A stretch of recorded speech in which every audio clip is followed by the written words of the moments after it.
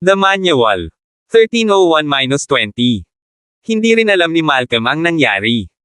Si Nate ay dapat na magtrabaho para sa kanya, ngunit ngayon ay sinusubukan niyang patayin siya. Malapit nang masira si Malcolm.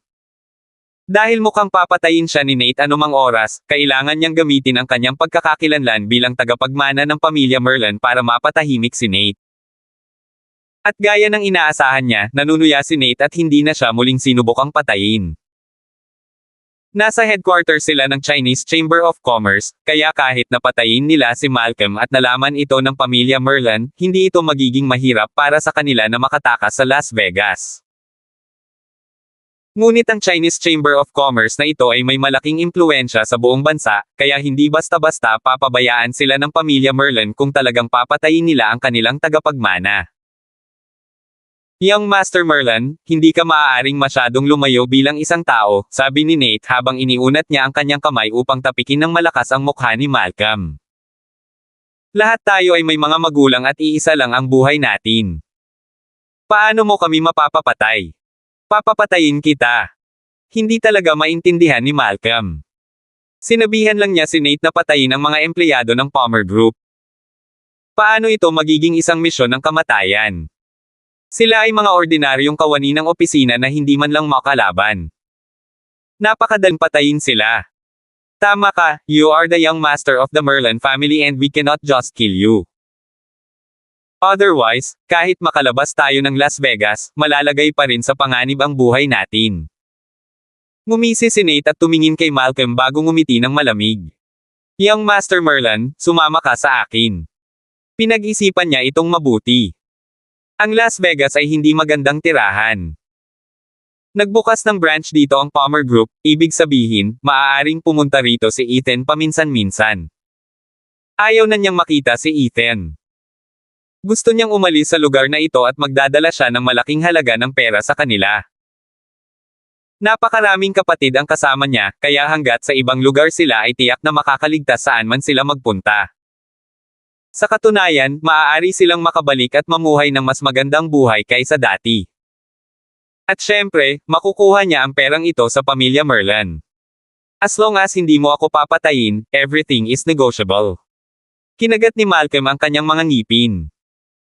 Masaya niyang inalagaan si Nate at ang kanyang mga tauhan, at naisip niyang magiging tapat ang mga ito sa kanya.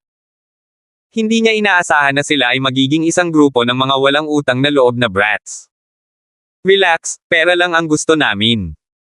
Napatingin si Nate kay Malcolm. Huwag subukan ng anumang mga trick, kung hindi, hindi lamang namin ang iyong pera, kundi pati na rin ang iyong buhay. Gusto lang niyang umalis sa Las Vegas na may malaking halaga ng pera sa lalong madaling panahon. Gusto niyang makalayo kay Ethan hanggat maaari, at wala siyang pakialam kung saan. Habang si Ethan ay nasa lugar na ito, ayaw niyang maging malapit dito. Sinabihan ni Nate ang kanyang mga tauhan na dalhin si Malcolm sa isang tagong lugar, pagkatapos ay tinawag niya si Jasper. Gusto ko ng $100 United States million, kung hindi, maaari kang gumastos ng ilang libo para pumili ng magandang libingan para sa kanya. Ang mga salita ay simple, ngunit napaka nakakatakot. Hindi akalain ni Jasper na magiging ganito ang mga pangyayari. Inatake ang pamilya Merlin nitong mga nakaraang araw. Ang kanilang negosyo ay patuloy na inaatake ng iba't ibang mga boss ng distrito, kaya't sila ay gumawa ng maraming pagkalugi sa harap na iyon. Bukod pa rito, ang mga negosyong Chino sa ilalim ng pamilya Merlin sa Chinese Chamber of Commerce ay winakasan ang kanilang mga kontrata. Nagdudulot ito ng napakasamang epekto sa pamilya. At ngayon, kahit si Malcolm ay kinidnap na. At ang mga kidnapper ay talagang mga taong inaalagaan at pinakain ng pamilya Merlin. Nababaliw na si Jasper sa galit. Sinabi na niya kay Malcolm noon na dapat niyang iwasan ang mga labi ng Monarch sect at huwag masyadong magtiwala sa kanila. Kung tutuusin, hindi naman nila sariling mga tao, kaya kahit na binayaran sila ng pamilya Merlin, maaaring hindi sila tunay na tapat sa pamilya. Ngunit hindi pinakinggan ni Malcolm ang kanyang ama at gusto pa niya maging mahalagang bahagi ng mga mandirigma ng pamilya Merlin si Nate at ang kanyang mga tauhan. At ngayon ang pinakamasamang bagay na maaaring mangyari ay nangyari na. Lalaki. Sigaw agad ni Jasper. Agad na tumayo ang ilang napakahusay na mandirigma. Dalawa sa kanila ay mga advanced Grandmaster level fighters. 1302. Pumunta ka at iligtas ang aking anak. Sigaw ni Jasper. Mr. Merlin, we have to make a plan before doing anything, sabi ng isa sa kanila. Maaaring hindi kasing lakas natin si Nate, pero makitid ang isip niya at napakatuso. Natatakot ako na ang paggawa ng padalos-dalos ngayon ay makakagulo lang sa kanya. In addition, we are not sure exactly where he is now. Ang pinagmulan ng tawag ay maaring hindi kung nasaan sila ngayon. Ang mga tulad ni Nate ay napakaingat. Hindi siya madaling magkamali, at walang paraan na hindi niya maaalala na ang pamilya Merlin ay may iba pang napakahusay na mandirigma na nagtatrabaho para sa kanila. Kumunat ang noo ni Jasper. Ibig mong sabihin kailangan kong pagbigyan ang mga hinihingi nila at bayaran sila para mapalaya ang anak ko. Depende yan kung sa tingin mo mas mahalaga ang buhay ni Young Master o mas mahalaga ang pera. Kung mga ordinaryong kidnapper lang ang mga ito, hindi sila magdadalawang isip at pupunta na sana para iligtas si Malcolm ngayon din. Ngunit ang kidnapper ay si Nate, isang taong dating assistant leader ng Dragon King sect. Ang sino mang nakarating sa posisyon na iyon ay tiyak na hindi isang ordinaryong tao. At saka, Grandmaster level fighter siya, kaya hindi masyadong malayo sa kanila ang galing niya. Kung ginulo nila siya, namatay na sana si Malcolm. Galit na galit si Jasper ngayon. Kung lumabas ang balitang ito, babagsak na naman ang reputasyon ng pamilya Merlin. Hindi man lang maprotektahan ng pamilya Merlin ang sarili nilang tagapagmana, at umaasa silang suportahan ang mga Chinese na mga ngalakal na iyon. Inaasahan nilang protektahan ang mga Chinese traders na iyon para hindi sila maharas at makidnap ng iba. Iyon ay parang isang biro ngayon. Pero kung hindi siya magbabayad, maliit ang tsansa ni Malcolm na mabuhay. Magbabayad kami. Nanginginig ang buong katawan ni Jasper at ang ekspresyon niya ay mas madilim kaysa sa kalangitan sa gabi. Isang hindi kilalang account na mabilis na natanggap ni Nate sa halagang $100 milyon. Young Master Merlin, mukhang mataas pa rin ang posisyon mo sa pamilya Merlin. Halos hindi nag-alinlangan si Master Merlin bago padalhan ako ng pera. Tumawa si Nate. I'm a man of my word. Sabi ko hindi kita papatayin, tapos syempre hindi kita papatayin. Walang sinabi si Malcolm. Pinandilatan niya si Nate habang nagsimulang magsisi kung paano niya talaga tinanggap ang mga walang utang na loob na mga taong ito para magtrabaho para sa kanya. Kuya Nate, naayos na ang lahat at makakaalis na tayo sa southern border, bulong ng isa niyang tauhan pagkatapos pumasok. Tumango si Nate. Lumapit siya kay Malcolm at yumuko, sa kabamaantong hininga. Ayoko ring gawin to. We've been in Las Vegas for years and we want to stay and go back, but we can't. Ipinatong niya ang kanyang braso sa balikat ni Malcolm. As long as that guy is around, we can't stay here. Malamang hindi niya ako papatayin ngayon dahil iniisip niya na isa lang akong walang kwentang langgam at hindi rin sulit ang pagsisikap na tapakan ako. Pero paano kung siya magiging bad mood balang araw? Anong pinagsasabi mo? Hindi maintindihan ni Malcolm. Sino ang taong ito? Natigilan si Nate at agad na naging masama at nagbabanta ang ekspresyon nito. Nagpapanggap ka pa rin sa puntong ito. Paanong hindi alam ni Malcolm kung sino ang pinapapatay niya kay Nate? Si Ethan naman. Hari ng Greencliff na ipinagbabaw na rehiyon sa China. Ang nakakatakot na diablo na sumire sa pamilya Moore at sa King Sect gamit ang isang kamay. Malcolm nagpapanggap pa ring hindi alam. It's no use lying to you. Sino ang taong iyon? Frustration na sigaw ni Malcolm. Biglang nanginig ang buong katawan niya at namula ang mga mata. Panay ang tingin niya kay Nate at nanginginig ang mga labi. Yun. Siya yun. Pinaikit ni Natasha ang kanyang mga mata. Ethan Hunt. Ethan Hunt. Napalunok si Malcolm. Inaasahan niyang si Ethan iyon dahil ang taong gusto niyang patayin ni Nate ay si Ethan. 1303. Ngunit hindi inaasahan ni Malcolm na matatakot si Nate kay Ethan kaya mas gugustuhin niyang ipagkanulo siya, kidnapin, kumuha ng pera sa pamilya Merlin at umalis sa bayan. Parang walang alam talaga si Young Master Merlin. Nakita ni Nate ang reaksyon ni Malcolm at napagtanto niyang wala talaga siyang alam. Hindi niya maiwasang tawagin si Malcolm na tulala sa kanyang puso.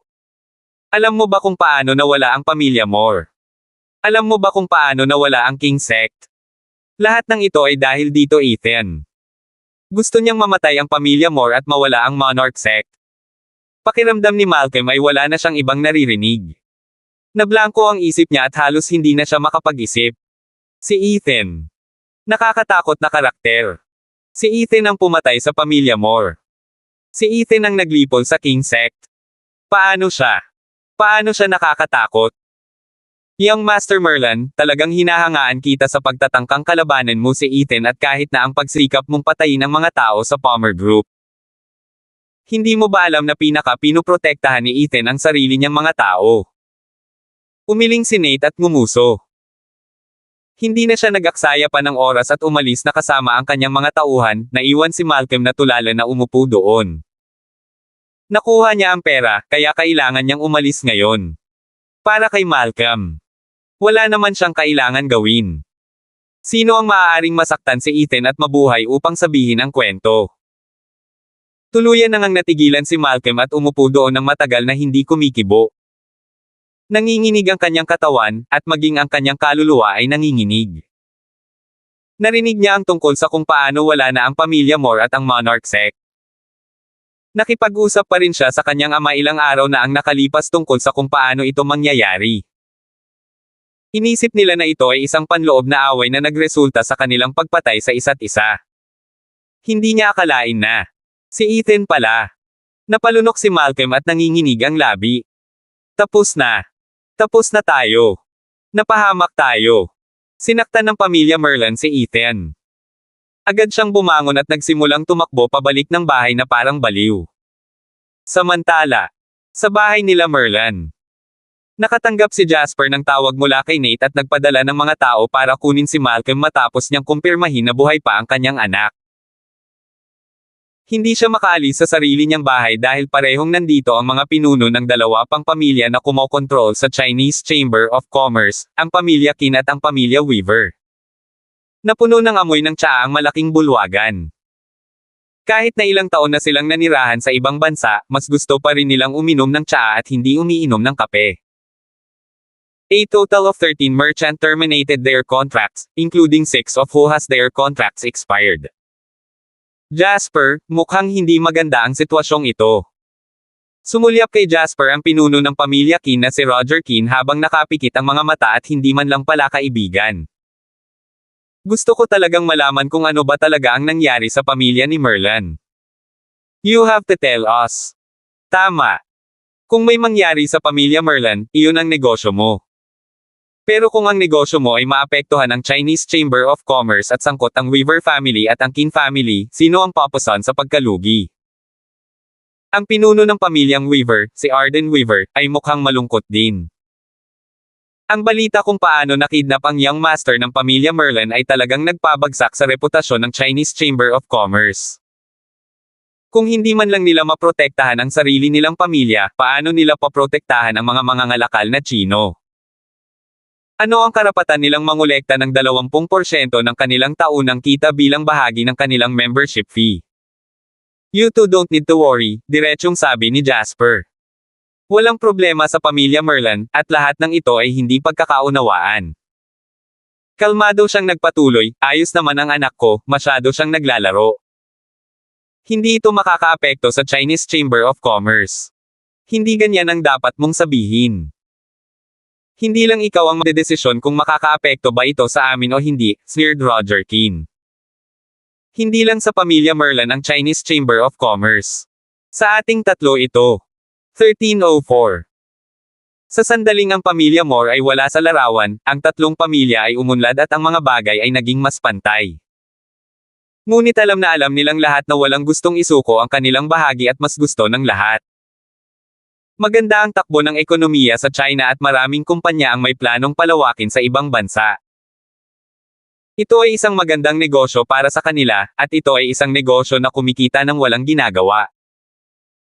Ngunit kung bumagsak ang reputasyon ng Chinese Chamber of Commerce dahil sa pamilya Merlin, sino ang makakabawi sa pagkawalang ito?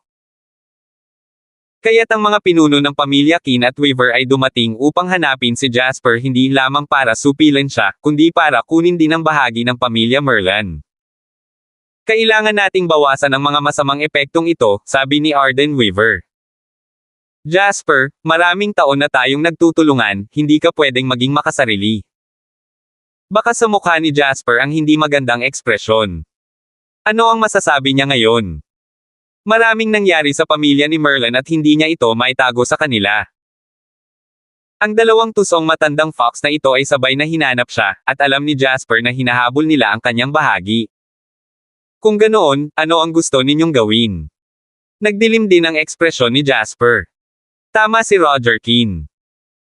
Kailangan nilang mag-isip ng paraan para mabawasan ang epekto ng bagay na ito sa kanilang reputasyon, kung hindi, ang mga matatalo ay hindi lamang ang mga pamilyang Kin at Weaver. Lalong mawawala ang pamilya Merlin. Nandito ang dalawang pamilyang ito para ilagay siya sa kung saan. Hindi naman ganoon kahirap. Kailangan lang natin ang pamilya Merlin na pansamantalang umatras sa Chinese Chamber of Commerce at ibigay ito sa atin sa panahong ito. Marahan na ba maantong hininga si Arden Weaver? Para ito sa ikabubuti nating tatlo. Tama. Bago pa makapagsalita si Jasper, pinutol na ni Roger Kin, para ito sa ikabubuti nating tatlo. Hindi natin hahayaang maapektuhan ng mga problema ng pamilya Merlin ang iba pang Chinese Chamber of Commerce. Jasper, I'm sure you are very nakakaalam nito. Kung ang dalawa pang pamilya ang may problema, gagamitin din ni Jasper ang pamamaraang ito sa kanila. Ito ang tanging paraan upang mailigtas ang sitwasyon. Ang tanging problema ay kung hindi siya nakipag-ugnayan sa Chinese Chamber of Commerce sa loob ng isang panahon at kahit naganap na umatras sa ngayon, kung gayon mahihirapan siyang bumalik o magkaroon ng sapat na kapangyarihan sa kanyang mga kamay upang makipag-ayos para sa anumang bagay. Muling lilito ang Merlin family, pero bago iyon, kailangan mo munang lutisin ang iyong mga problema. Patuloy ni Roger, kung tungkol sa kung sino ang gumagawa ng gulo para sa Chinese Chamber of Commerce, ang pamilya Weaver at ako ang magsosolve nito. Hindi kailangang mag-alala ang pamilya Merlin tungkol dito. Walang sinabi si Jasper. Umupo siya sa upuan niya at hinawakan ang armrest habang nakapikit ng bahagya. Galit ang kanyang puso, ngunit hindi niya ito ipinakita sa kanyang mukha. I need to think about it, sa wakas ay nasabi niya pagkaraan ng mahabang panahon nang lumingon siya sa dalawa. Siyempre ang Chinese Chamber of Commerce ang uunahin ko, hindi mo kailangang mag-alala, seryosong tono niya. Fine. You can think about it. Make a decision quick. The long you drag this on, the greater the loss will be for the Merlin family, kaya mas mabuting pag-isipan mo itong mabuti. Tumayo sina Roger at Arden at nagpalitan ng tingin. Alam nilang dalawa na siguradong papayag si Jasper dahil wala naman siyang ibang choice. Walang ibang sinabi ang dalawa. Nagpunta sila upang ayusin ang iba pang mga bagay at tahimik na hinintay na pansamantalang umatras ang pamilya Merlin. Hanggat handa ang pamilya Merlin na bumaba sa pwesto, malamang na higit pa ito sa pansamantalang pagsasaayos. Hindi nagtagal pagkaalis nilang dalawa, umuwi si Malcolm. Wala siyang pakialam na magulo ang itsura niya o parang pulubi ang buhok. Dali-dali siyang tumakbo papunta sa ama at napaluhod kasabay ng pagkulog. Pare! Nagkamali ako. Nagkamali ako. Maling tao ang nasaktan ko. Maling tao talaga ang nasaktan ko. Nanginginig ang boses ni Malcolm at walang kulay ang mukha. Sisubog na talaga si Jasper. Tumingin siya sa kanyang anak at sinubukang pigilan ang sarili na patayin siya nang sabihin niya sa malamig na boses, ano ang nangyayari? I've offended someone. Someone we can't afford to offend. Lumuhad si Malcolm sa sahig at napuno ang buong ulo niya ng pangalan ni Ethan. Pakiramdam niya ay nakikita niya kung paano pinatay ang pamilya Moore at ang Monarch sect. Humayo ka at magmakaawa sa kanya. Magmakaawa sa kanya na maawa sa atin at iligtas tayo. 13:05. Anong pinagsasabi mo? Bad mood na si Jasper. Ngayong wala na si Malcolm, sinampal niya ito ng malakas at sumigaw, magsalita ka ng diretso. Si Ethan naman. Hindi alintana ni Malcolm kung gaano kamaga ang kanyang mga pisngi. Sumigaw siya ng malakas, siya nga. Siya ang Samire sa pamilya Moore. Siya ang naglipol sa King Sect. Nablangko agad ang utak ni Jasper. Ano ang sinabi mo? Hindi talaga siya makapaniwala at saglit na nataranta. Ano ang kinalaman nito sa pamilya Moore at sa Monarch sect? Ang Palmer Group na iyon. Isa si Ethan sa Palmer Group. Nagkaroon ng away ang Moore family sa Palmer Group sa China, kaya pinunasan sila ni Ethan. Hindi man lang siya umalis sa King sect. Patuloy na sigaw ni Malcolm, halos matakot si Nate nang makita niya si Ethan, kaya noong sinabi kong patayin niya si Ethan, binalingan niya ako. Kinilig si Jasper at halos mawala ng balanse. Ang mga Moores, King sect, lahat sila ay nawasak ni Ethan. Ang taong nasaktan ni Malcolm ay si Ethan. Umikot siya ng marahas at pinandilatan ng mata si Malcolm dahil gusto talaga niyang masampal ang kanyang anak hanggang mamatay ngayon din. Sa lahat ng taong makakasakit, kailangan niyang saktan ang nakakatakot na taong iyon. Kayo ba ni Ethan ay nasa isang mapait na alitan? Nag-aalalang tanong ni Jasper. Hindi. I don't think so. Just some differences of opinion. Inisip ito ni Malcolm at naisip na hindi ito maituturing na isang bagay ng buhay at kamatayan. At saka, ang talo ay palaging siya at ang talo ay ang pamilya Merlan. Tiyak na hindi rin siya kailangang patayin ni Ethan, di ba? Pare, mag-isip ka. Mag-isip ka. Nagsimulang makaramdam ng takot si Malcolm. Ang isang makapangyarihang pamilya tulad ng pamilyang mo ay naging alabok, at maging ang isang siglong gulang na kapangyarihan na nangingibabaw sa loob ng maraming taon tulad ng Monarch sect ay tuluyan ng inalis ni Ethan. Ano ang ibig sabihin ng pamilya Merlan sa isang tulad niya? Mag-isip ng paraan. Paano ako makakapag-isip ng isang bagay? Sinipa ni Jasper si Malcolm at pinalipad. Medyo masakit na ang ulo niya. Umupo siya at umungol kay Malcolm, halika dito. Sabihin mo sa akin kung ano ang nangyari sa una. Hindi nangahas si Malcolm na magtago ng anuman sa kanyang ama, at agad na sinabi kay Jasper ang lahat ng nangyari. Matapos pakinggan ang lahat, kumunot ang noo ni Jasper at napabuntong hininga. Ang tanga mo. Ito ay laban sa pagitan ng Laurels at Palmer Group, kaya bakit ka pumunta at naging kasangkapan sa proseso? Malapit na siyang mamatay sa galit niya. Hindi naglakas loob na magsalita si Malcolm. Tahimik siyang lumuhod sa sahig at hindi na naglakas loob na magsalita pa. Pero ngayong napag-isipan niya ito, kung isa sa alang-alang ang pagkakakilanlan at posisyon ni Amelia, kung gusto niyang tumulong sa Palmer Group, bakit kailangan pa niyang dumaan dito? Maaari sana niyang hanapin ang 3 pinunong kumokontrol sa Chinese Chamber of Commerce.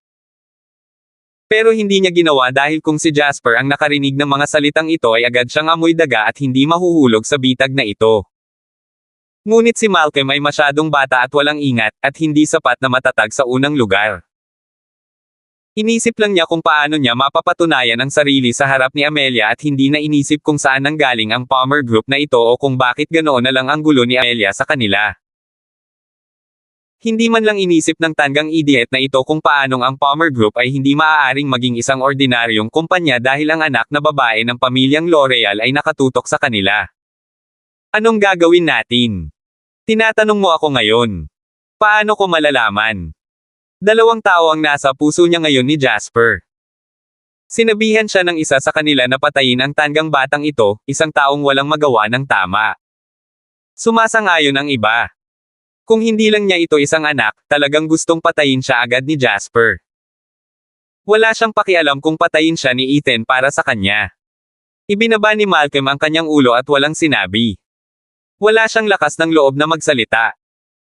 Natatakot siya na kapag may sinabi siya ay kukuha ng kutsilyo si Jasper at agad nalaslasin ang lalamunan. 1306. Makalipas ang mahabang panahon, kumalma si Jasper. Kung tutuusin, mas maraming karanasan ang matatandang lalaki. Nahulaan niya na kung gusto talaga silang patayin ni Ethan ay hindi pa rin mabubuhay ang pamilya Merlan hanggang ngayon. Pero dahil hindi iyon ginawa ni Ethan, hindi ang pamilya Merlan ang layunin niya. Ang isang simpleng pamilyang Merlan ay hindi nakakaakit ng kanyang atensyon. Matapos pag-isipang mabuti, sa wakas ay naunawaan na ni Jasper ang sinusubukang gawin ni Ethan. Dapat magsakripisyo ng isang bagay upang makakuha ng isang bagay. Kung nais ng pamilya Merlan na makaligtas sa krisis na ito, kailangan nating isakripisyo ang ilang mga bagay. Kinilig si Malcolm nang marinig ang mga salitang ito. Pare, Ayokong mamatay. Isa ka lang anak. Sinaman siya ng tingin ni Jasper. Kapag oras na para mamatay, ayos lang makakalimutan ko rin ang pananatiling buhay. Kaya tumahimik ka na lang. Tinakpin ni Malcolm ang kanyang bibig at hindi na nagsalita. Agad na kinuha ni Jasper ang telepono at tinawagan si Roger. Alam niya na siguradong magkasama pa rin sina Roger at Arden at pinag-uusapan kung paano sila makakakuha ng mas malaking bahagi nito. Gusto niyong dalawa diba? Pagbibigyan ko kayo. Matagumpay ang tawag. Pinag-isipan kong mabuti. Nag-iba agad ang tono ni Jasper. Siya ay napabuntong hininga. Ang insidenteng ito ay isang bagay ng aking pamilya, at naapektuhan nito ang Chinese Chamber of Commerce, kaya dapat kong panagutan. Maaari akong mag-withdraw sa Chinese Chamber of Commerce ng tuluyan. Maaari ko ring ibigay ang lahat ng mayroon ako, ngunit ang tanging kondisyon ko lang ay gusto kong bilhin mo ito sa akin para sa karagdagang 20% ng presyo. Tila hindi nagdalawang isip ang kabilang partido at agad namang pumayag. Dagdag na 20% para kunin ang lahat ng pag-aari ng pamilya Merlin. Magagawa nilang makakuha ng higit pa nito sa hinaharap. Alam naman ni na Roger at Arden na talagang otres ang pamilya Merlin, sandali lang. Kung ang Chinese Chamber of Commerce ay nawalan ng mas maraming pera, kung gayon ang bahagi ng pamilya Merlin ay mas magiging sulit. Pagkababa ng phone ay pinaikit ni Jasper ang kanyang mga mata. Tumingin siya kay Malcolm, at dahil sa tingin ay nanginag ang buong katawan Malcolm. Ama! Napalunok si Malcolm. Hindi niya akalain na ganoon kadaling ibibigay ng pamilya Merlin ang kanilang bahagi. Iyan ang napanatili ng pamilya Merlin pagkatapos ng ilang dekada ng trabaho. Gusto mo ba ng pera o buhay mo? Ngumuso si Jasper. Malcolm, you better remember this day for the rest of your life. Nauwi sa ganito ang pamilya Merlin dahil bulag ka. At nasaktan mo ang isang taong hindi dapat. Walang lakas ng loob si Malcolm na magsalita. Hindi ko alam kung makakaligtas ba ang pamilya Merlin o hindi, pero kung hindi natin bibitawan ang Chinese Chamber of Commerce, siguradong mamamatay tayo. Pagdating sa mga bagay na nakita ni Jasper at sa lakas ng loob niya, halatang nauna siya sa sarili niyang anak. Lumapit si Jasper sa anak at tinignan ito habang marahang tinatapik ang ulo nito. Kung gusto mong mabuhay ang pamilya Merlin, kailangan mong magtiis ng husto, understand?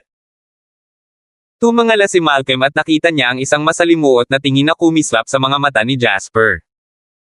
Bigla siyang nakaramdam ng takot, pero hindi siya naglakas loob na pabulaanan at tumango na lang. Samantala, sa opisina ng Palmer Group sa ibang bansa, ang lahat ng mga kawani ay dumating ng maaga sa umaga upang magsimula sa trabaho.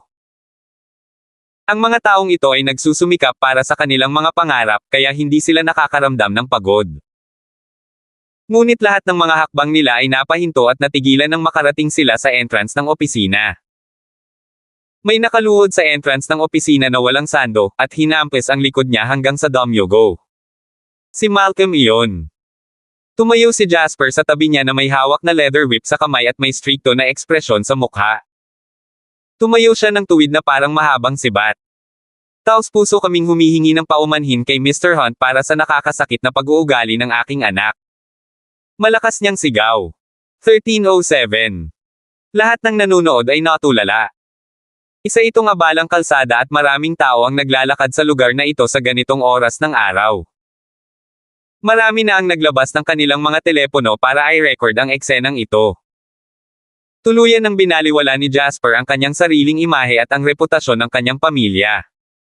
Humihingi kami ng tawad kay Mr. Hunt. Nakatayo roon si Jasper na tuwid ang likod at hindi natitinag dahil parang wala siyang pakialam sa pagtingin ng lahat sa kanya. Tinaas niya ang kanyang palso. Tinamaan ng leather whip sa kamay niya si Malcolm at bumulwak agad ang dugo. Mariin na itinikom ni Malcolm ang kanyang mga ngipin, ngunit sa sakit ay nanginginig pa rin ang kanyang buong katawan, at maging ang kanyang mga luha at uhog ay umagos. Napaungol siya, saka muling tumahimik. Lahat ng tao sa paligid nila ay lubos na nagulat. Alam ng mga nagtatrabaho sa Palmer Group kung sino itong Mr. Hunt, ngunit walang ideya ang mga dumadaan. Ang alam lang nila ay si Jasper at ang kanyang anak ay humihingi ng tawad, humihingi ng awa at humihingi ng tawad. Hindi nila alam kung sino itong Mr. Hunt. Ngunit nakita nila ang malaking board na kabilang sa Palmer Group. Kaya ang dalawang ito ay nasaktan ng Palmer Group at narito upang humingi ng kapatawaran, tama ba? Ngunit anong kumpanya itong Palmer Group? Matagal na rin silang hindi nagbubukas ng negosyo. Mabilis na nag-leak ang impormasyon tungkol sa bagay na ito at kaagad na dumating ang media. Walang gustong makaligtaan ang pag-uulat ng ganitong balita. Nang may sumigaw kung sino si Jasper at sinabing isa siya sa mga pioneer ng Chinese Chamber of Commerce, nagkagulo ang buong lugar. Alam ng lahat sa Las Vegas kung gaano ka-impluwensya ang Chinese Chamber of Commerce. Ngunit sa kasalukuyan, isa sa mga pioneer, si Jasper, ang talagang nagdala ng sarili niyang anak para lumuhad sa pasukan ng opisina ng Palmer Group at humingi ng tawad. Walang pakialam si Jasper sa pagtingin ng iba sa kanila. Patuloy siyang nakatayo doon at paminsan-minsan ay hinahampas si Malcolm. Malinaw at malutong ang tunog. Ang mga empleyado ng Palmer Group ay maingat na naglibot sa kanila at pumasok sa opisina. Ito ay hindi isang bagay na dapat nilang harapin. Umakyat sina Ethan at Diane sa kanilang opisina mula sa underground parking lot. Si Harold ang nagsabi sa kanila ng nangyari sa entrance. Ang lupit talaga nitong si Jasper at malapit na niyang hagupitin ang sarili niyang anak hanggang mamatay. Napabuntong hininga si Harold. Noon, 4 na makapangyarihang pamilya ang nagsama-sama upang likhain ang Chinese Chamber of Commerce para makasiphon ng pera mula sa mga Chinese na mga ngalakal na nagtatayo ng mga negosyo sa ibang bansa. At ngayon, 2 na lang sila. Wala na ang pamilya Moore at umatras ang pamilya Merlan. Wala nang pakialam si Ethan sa mga natitirang pamilya ni Nakin at Weaver. Alam na alam ni Harold na ang Chinese Chamber of Commerce na ito ay hindi man lang kwalipikadong maging kalaban ni Ethan noong una. Matalino siyang tao, mahinahong sabi ni Ethan. Kung hindi niya matalo si Malcolm hanggang mamatay, mamamatay talaga si Malcolm. Nilinggan niya ang abala na si Diane. Hayaan mo sila. Sige. Tumanggaw si Harold, saka tumalikod para bumaba. Nakatayo pa rin doon si Jasper, habang si Malcolm ay puno ng dugo. Nanginginig at nanginginig ang buong katawan niya dahil hindi niya makontrol ang kanyang mga galaw. Nakakamatay na ang kanyang mukha at namamanhid na ang kanyang mga paa sa mahabang pagluhod. Master Merlan. Lumabas si Harold at tumingin kay Jasper. Ang paglalagay ng palabas na ito sa harap ng ating pasukan ay hindi magandang bagay para sa Palmer Group, alam mo ba? Ang kanyang ekspresyon ay kalmado, ngunit ang kanyang boses ay medyo malakas. Halatang medyo hindi siya nasisiyahan sa ginawa ni Jasper. 1308. Gusto ko lang ipakita ang sincerity ko, ani Jasper. Gusto kong ipaalam kay Mr. Hunt kung anong uri ng ugali mayroon ang pamilya Merlan. Kung sa huli ay masisira nito ang reputasyon ng Palmer Group, ang pamilya Merlan ang magtatagumpay sa lahat ng pagkalugi. Magaling. Tumanggaw si Harold. Madaling makipag-usap sa matatalinong tao. Hindi na niya kailangan pang magsalita at alam na ni Jasper ang gusto niyang sabihin. Kung kailangang bayaran ni Jasper ang Palmer Group, kailangan muna niyang manatiling buhay. Gusto ni Mr. Hunt na umakyat kayong dalawa. Maraming salamat. Tumanggaw si Jasper at nagsabi ng mga salita ng pasasalamat, ngunit ang mga salitang ito ay nagpapasalamat ng higit sa isang tao. Napatingin siya kay Malcolm. Bumangon ka, sumama ka sa akin para makita si Mr. Hunt. Ginamit ni Malcolm ang kanyang mga kamay para alalayan siya at nanginginig ang kanyang mga hita na halos hindi na siya makatayo. Napuno siya ng dugo at nakakatakot ang itsura. Pero kahit ganon, wala siyang ginawang kahit isang tunog. Dinala sila ni Harold sa opisina ni Ethan. Mr. Hunt. Ito ang unang beses na nakilala ni Jasper si Ethan.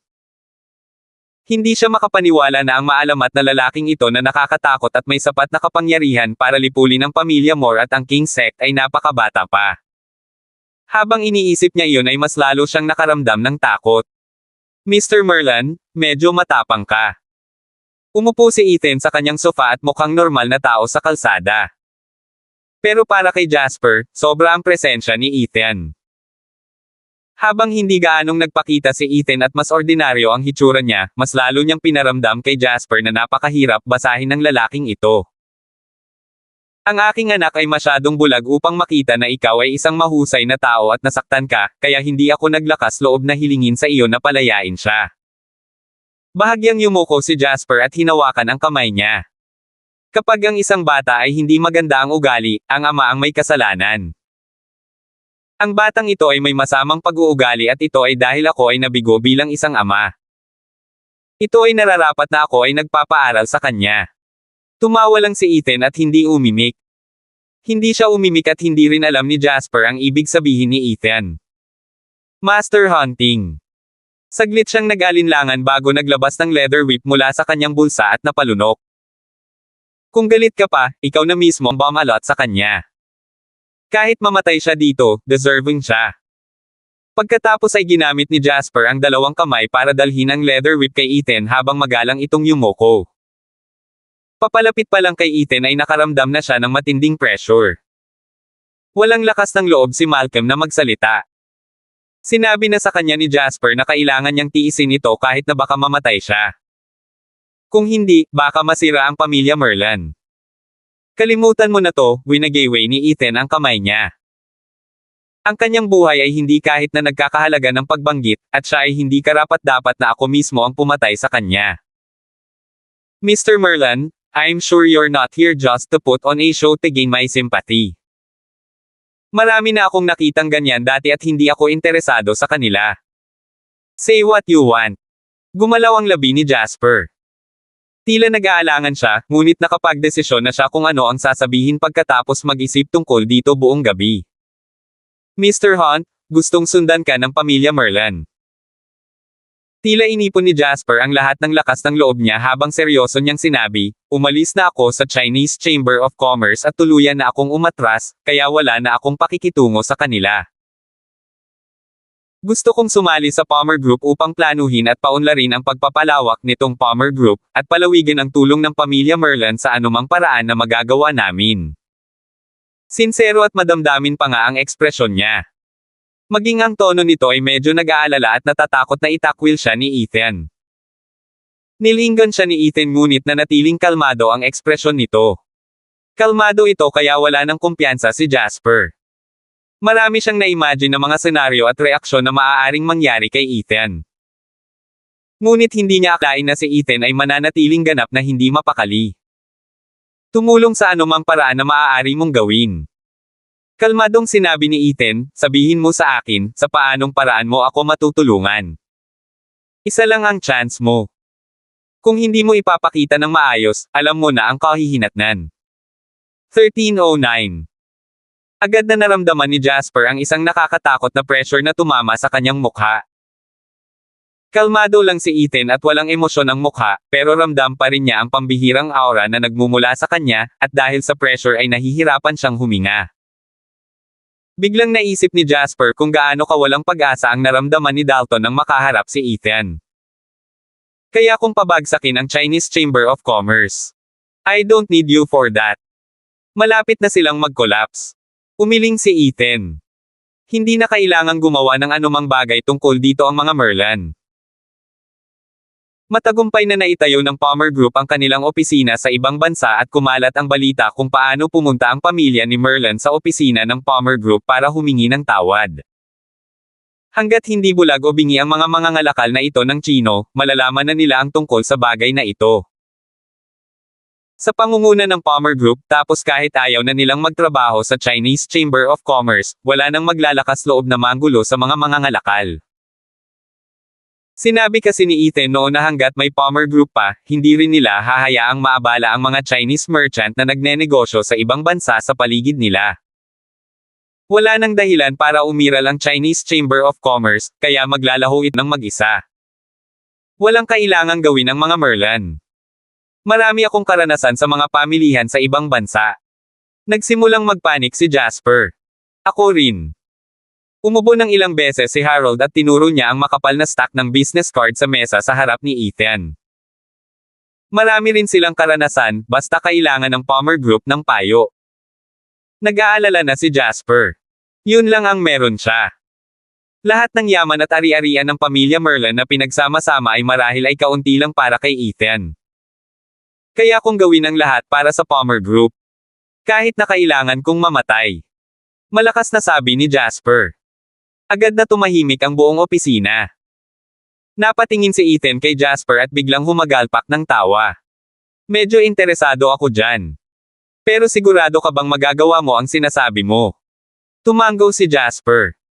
Kahit sabihin sa kanya ni Ethan na mamatay na siya, hindi na niya maibabalik pa ang mga sinabi niya. Pero naniniwala siya na hindi kakaibang tao si Ethan. Ang pamilya Merlin ay malinaw na napakahalaga sa kanya upang mapanatili silang buhay. Ang mga merkado sa ibang bansa ay napakalaki at ang Palmer Group ay nangangailangan ng mga taong may maraming karanasan tulad mo. Bukod sa North America, mayroon pa ring Europe, Middle East, Africa at higit pang mga lugar na naghihintay para sa amin na lumawak. Lumingon si Ethan kay Harold. Aling mga koponan sa lugar ang hindi pa namin nakumpirma? Ang gitnang silangan. Pinaikit ni Harold ang kanyang tingin at agad na sumagot, sa Middle East lang kami nakatira. Marahas na pumikit ang mga pupils ni Jasper. Gitnang silangan. Ang lugar na iyon na patuloy na nakikipagdigma. Nais ng Palmer Group na palawakin sa gitnang silangan. Joke ba yon? Master Merlin. Napatingin si Ethan kay Jasper. Oo, Mr. Hunt. Mabilis na sagot ni Jasper. May bakante lang ako sa Middle East team. Medyo namutla si Jasper at ang bilis ng tibok ng puso niya. Ang pagpunta sa Middle East ay nangangahulugan na kailangan niyang isuko ang lahat ng kasalukuyang mayroon ng pamilya Merlin. At hindi rin siya sigurado kung mabubuhay pa siya kung pupunta siya sa isang lugar na sinira ng digmaan. Pero kung hindi siya pupunta, tiyak na masisira ang pamilya niya. I'll go, sagot agad ni Jasper. Maaari kong tulungan ang Palmer Group na mag-expand sa Middle East market. Magagawa ko ang anumang kailangan ng Palmer Group na gawin ko. Ang inaasahan ko lang ay payagan ako ni Mr. Hunt. Ama. Hindi na nakatiis si Malcolm at paos na tinawag ang kanyang ama. Kung hindi niya sinaktan si Ethan, hindi sana mapupunta ang pamilya Merlin sa ganitong kaawa-awang estado. Anong uri ng lugar ang Middle East? Ito ay isang lugar na sinira ng digmaan at walang pamilihan na mapag-uusapan. Ito ay isang lugar kung saan kahit na ang buhay ng tao ay walang halaga, pabayaan ang anumang bagay. Ethan. Kung gusto mo akong patayin, patayin mo na lang ako. Hindi ako takot sa kamatayan. Galit na sigaw ni Malcolm. Patayin mo ako kung kaya mo. Huwag mong itulak ang tatay ko sa libingan ng ganyan. 13:10. Tumahimik ka. Sigaw ni Jasper. Walang ekspresyon ang mukha ni Ethan at nanatiling kalmado. Wala siyang pakialam sa sinabi ni Malcolm. Kahit pumunta ako, sarili kong desisyon at hindi ako pinilit ni Mr. Hunt. Anong alam mo? Nakita ni Jasper na gusto pang magsalita ni Malcolm, kaya sinampal niya ito, saka kinuha ang leather whip para hagupitin muli ang anak. Sabi ko manahimik ka. Namula ang mata niya. Ang mga bagay ay umabot sa puntong ito. Wala nang paraan para makaback out siya ngayon. Ang pagpunta sa gitnang silangan ay hindi lamang isang pagkakataong mabuhay, kundi isang paraan din para masubukan ito ni Ethan at ng Palmer Group. Ang Palmer Group ay isang napakalaking kumpanya, kaya kung wala silang anumang magandang mayaalok at walang rekomendasyon mula sa iba, walang paraan na maaari silang sumali sa Palmer Group o makuha ang atensyon ni Ethan. Napakaraming tao at napakaraming kapangyarihan na gustong sumunod sa isang tulad ni Ethan kung bibigyan ng pagkakataon. Walang magbibigay sa iyo ng pagkakataong ito. Mr. Hunt, huwag kang mag-alala, ako ang mananagot sa pagpapalawak ng Palmer Group sa Middle East. Kung hindi ko ito makukumpleto, maaari mong wakasan ang buhay ko anumang oras. Tumanggaw si Ethan. Prangka kang tao. Sana hindi mo ako bigin.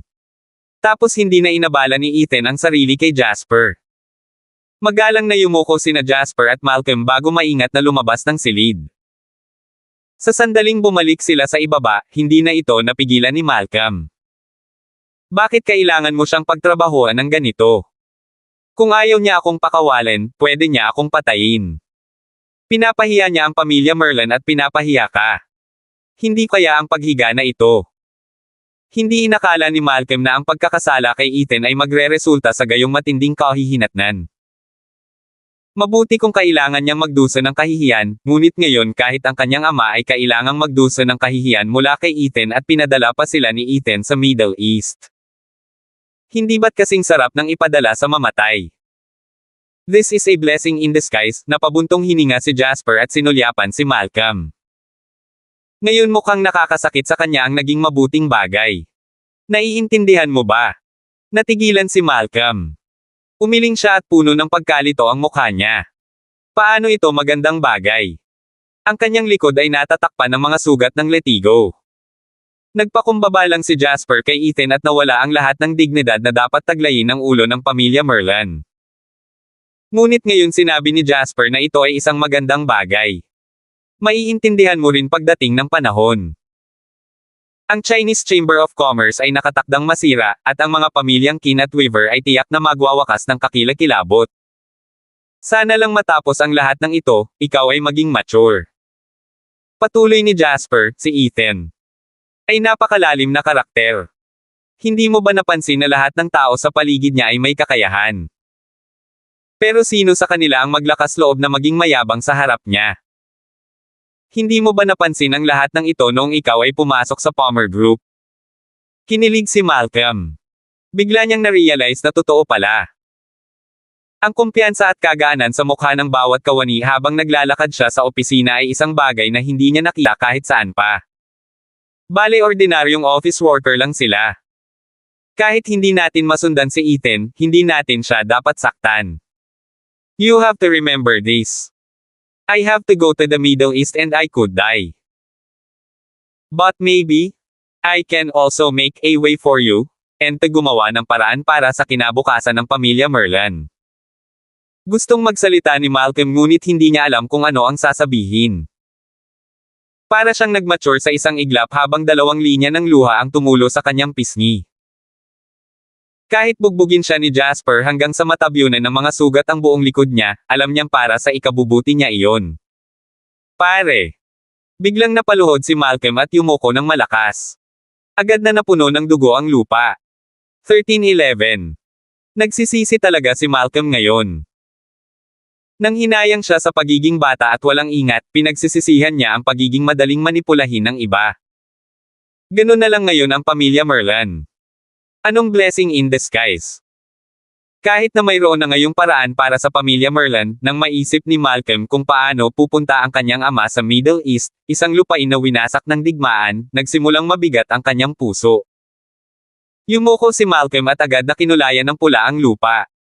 Tay, sasama ako sa inyo. Determinado niyang sabi.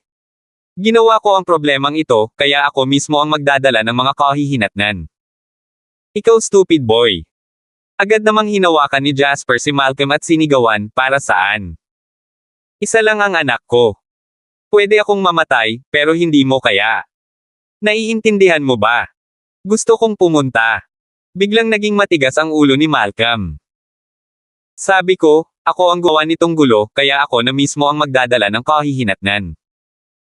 Kinagat niya ang kanyang mga ngipin at namula ang kanyang mga mata. Hindi ko akalain na kaya talaga akong patayin ni Ethan sa ganitong paraan. Tumingin si Jasper sa anak at huminga ng malalim. Sa wakas ay tumango siya pagkatapos ng mahabang panahon. Pareho silang umuwi at hindi nagdalawang isip na ibalita na aalis na ang pamilya Merlan sa Las Vegas. Pero hindi nila sinabi kung saan sila pupunta. Ibinente nila ang lahat ng mayroon sila maliban sa kanilang sariling bahay, dahil maya-maya ay babalik din sila. Nagmamadaling umalis ang mga Merlan, at sinimula ng maraming tao na hulaan kung ano ang nangyari. Ang pamilya Qin at Weaver sa partikular, ay lubhang kainahinala. Napagkasunduan lang nila noong nakaraang araw na hayaan ang pamilya Merlan na umalis sa Chinese Chamber of Commerce, at sumang-ayon din na bilhin si Jasper para sa karagdagang 20% ng halaga ng kanyang bahagi. Bago nila napagtanto kung ano ang nangyayari, kinuha ni Jasper ang pera at nilaktawan ang bayan. Ni hindi nga nila alam kung saan siya nagpunta. Naramdaman na lang nila na may mali. Lahat sila ay tusong matandang fox, kaya alam na alam nilang lahat na wala sa kanila ang magbibigay ng ganoong kalaking kita ng walang bayad. Si Jasper ay kalahating pinilit na palabasin sa Chinese Chamber of Commerce, para maipaliwanag iyon. Pero bakit bigla din siyang umalis ng Las Vegas? Ilang dekada nang nandito ang pamilya Merlin, at lahat ng pag-aari nila ay nasa lungsod na ito. Narinig mo? Tawag ni Roger kay Arden. Nagpunta si Jasper para hanapin ang Palmer Group. Para saan? Humingi ng pasensya. Si Roger ay may hindi mapakali na ekspresyon sa kanyang mukha. Dinala rin niya ang kanyang anak, at narinig kong hinampos niya si Malcolm at pinilit siyang lumuhad sa pasukan ng opisina ng Palmer Group para humingi ng tawad. Agad namang sumimangot si Arden. Nagpalitan silang dalawa ng tingin. Siguradong may kakaiba sa lahat ng ito. Ano ang sinusubukang gawin ng mag-amang ito? Tiyak na hindi sila ganoon kay-tikot sa Palmer Group, di ba? Ang mga taong kumidnap kay Malcolm ay mula sa Palmer Group. Binasag ni Arden ang katahimikan pagkatapos ng mahabang panahon. Kung ganoon, napakalupit din nitong Palmer Group dahil kayang-kaya nilang sumuko sa kanila si Jasper. Tumigil siya saglit at tila nag-isip ng mabuti. Paano ang pamilya natin? We have to continue our usual business, of course. We'll just wait and see. Medyo nag-alala si Roger at nadama na ang mga bagay ay hindi kasing simple ng tila. Kilalang-kilala niya si Jasper at hinding-hindi siya makapaniwala na susuko lang si Jasper o gagawa ng isang bagay na nakakahiya. Ang pagkaladkad sa kanyang anak upang humingi ng tawad sa publiko ay karaniwang nakakahiya sa buong pamilya Merlin. Kahit na ayaw niyang umalis sa Las Vegas, mahihiya siyang manatili. Walang imik ang dalawa at tahimik na nag-isip tungkol dito. Kailangan lang nilang tahimik na magmasid at kumilos ng naaayon. Samantala, sa pamilya L'Oreal, pinagmasdan ng mabuti ni Amelia ang lahat. Ang mga galaw ng pamilya Merlin ay nasa kanyang kaalaman. Pero kahit siya ay nagulat. Nakakuha kami ng kaunti, ngunit ito ay mas mababa kaysa sa inaasahan ko, bumantong hininga siya at mukhang malungkot. 13-12. Pinakiusapan ni Amelia ang kanyang mga nasasakupan na bantayang mabuti ang pamilya Merlin dahil alam niyang pagkatapos nilang masaktan si Ethan ay tiyak na hindi sila magwawakas. Pati ang Chinese Chamber of Commerce ay napapahamak. Ngunit hindi namatay si Jasper at ang kanyang anak, at binantayan pa nila ang bahay. Talagang nakakalito ito. Miss L'Oreal, binabantayan ng mga tauhan ko si Jasper at ang anak niya, at napansin namin na medyo iba ang ekspresyon nila. Tumango si Amelia para magpatuloy ang kanyang mga nasasakupan. Napuno ng galit ang ekspresyon ni Malcolm at mukhang mamamatay tao, ngunit mukhang nag-aalangan ngunit naudyok si Jasper. O sa halip, mukhang nakaligtas siya sa isang malagim na sakuna at nakita niyang muli ang liwanag. Tumpak ba ang paglalarawang ito? Tanong ni Amelia. Na-check ko na, wala naman dapat problema. Walang ibang sinabi si Amelia. Ibinaba niya ang red wine glass sa kamay at sumandal sa sofa. Parang napunta siya sa kakaibang mode kung saan hindi niya marinig ang sinasabi ng iba at nanatili na lang sa sarili niyang mundo. Makalipas ang mahabang panahon, bumantong hininga siya at nagsimulang makaramdam ng galit. Bakit lagi siyang isang hakbang na mas mabagal kaysa kay Ethan? Okay, you can go. Oo, Miss L'Oreal. Mag-isang nakaupo sa sofa si Amelia. Kinuha niya ang cellphone niya at tinawagan si Ethan. 7 p.m. tonight sa Asher Hotel for dinner, see you there. Tumawa siya at idinagdag, sabihin mo kay CEO Palmer na huwag mag-alala, ito ay isang pampublikong lugar at hindi ako mangangahas na gumawa ng anuman sa iyo. Binaba niya ang tawag at tumalikod na para maglakad papunta sa closet niya. Pinindot niya ang isang buton at 3 dingding ng damit ang bumungad sa kanilang sarili. Wala ni isang bagay na nauulit at puno na ang buong wardrobe. Lumapit siya at tiningnan ang ilang piraso ngunit hindi siya masyadong masaya sa mga iyon. Naglakad siya papunta sa ibang damit at pumili ng ilan. Nag-asal siya na parang may makikilala siyang isang napakahalagang tao sa gabing iyon. Hindi man lang siya nag-effort sa annual dinner ng L'Oreal. Sa wakas ay natapos na rin si Amelia sa pagpili ng isusuot at tiningnan ang sarili sa salamin habang pinag-aaralan ang kanyang figure, na para bang iniisip kung anong damit ang muling mapapatingin sa kanya ni Ethan. Minsan ang mga babae ay maaaring maging maliit na tulad nito. Hindi siya pinansin ni Ethan noong nakaraan at naalala niya ito ng malinaw. Hindi niya ito makakalimutan sa buong buhay niya. Bukod dyan, in-off ni Ethan ang speakerphone mode, saka ibinaba ang telepono. Tumingin siya kay Dayan at walang sinabi. Alam niyang nakikinig ako. Alam ni Dayan na para sa kanya ang huling sinabi ni Amelia. You can meet him for dinner. I'm sure may kailangan siyang sabihin sa'yo. I have a bad feeling about that, kinakabahang sabi ni Ethan. O baka hindi na ako pumunta. Pupunta sa hapunan. Ngumisi si Dayan. Bakit hindi? Sinubukan ni Ethan na intindihin ang ibig sabihin ni Dayan. So, pupunta ba ako o hindi? Pumunta ka. Nanunuya si Dayan, hindi ako nag-aalala sa'yo, at gusto kong malaman kung ano ang ginagawa ng babaeng ito. Kung sinusubukan ka pa niyang agawin sa akin, hindi na ako magiging mabait. Biglang natuwa si Ethan. Hinailan niya si Dayan sa kanyang mga bisig at sinabing napakaseryoso, not going to play nice anymore. In what way? Wife, medyo na-curious ako. Mag-iiwan ka ba ng mga marka sa katawan ko para ay pakitang pagmamayari mo ako? Tumawa si Ethan at kinalas ang sariling kwelyo habang nakaturo sa kanyang leeg. Asawa, handa na ako. Itigil mo yan. Namula agad ang mukha ni Dayan. Napakakulit nitong si Ethan. Sino ang nagsabi ng anumang bagay tungkol sa pagmamarka sa kanya bilang kanyang sarili? Gustuhin man niyang markahan siya ay hindi niya ito gagawin sa kanyang leeg. Hindi siya open-minded. Ngunit kailangan kong ipaalala sa iyo na ang babaeng ito ay naghukay ng isang napakalaking bitag para sa Palmer Group, at natatakot ako na sinusubukan niyang maghukay ng isa pa ngayong gabi. Hobby, kailangan mong mag-ingat, okay? Huwag mahulog sa kagandahang ito. Charm. Kung gusto mong umibig sa isa. Nakagat niya ang labi niya at kasing pula ng peach ang mukha niya dahil mas nakakaakit ang pamumula ng mukha niya. Mayroon ka sa bahay. 1313. Ang mabait na si Dayan ay kaibig-ibig at kaakit-akit. Ang makulit na si Dayan ay mas kaakit-akit. Ngayon ay medyo sexy na siya at mapang-akit kaya naramdaman ni Ethan na nahulog siya sa isang malaking pool ng tubig at malulunod siya kahit marunong siyang lumangoy. Wife, don't worry. I'll just check the enemy lines at hindi ako makukulong. Seryosong sagot ni Ethan. Hindi siya mapakali at hindi man lang nagpalit ng damit. Nang makita ni Amelia na si Ethan ay nakatayo sa kanyang harapan na nakasuot ng casual, nagulat siya sa kanyang mukha. This is the highest class restaurant in all of Las Vegas, tahimik niyang sabi. Tama.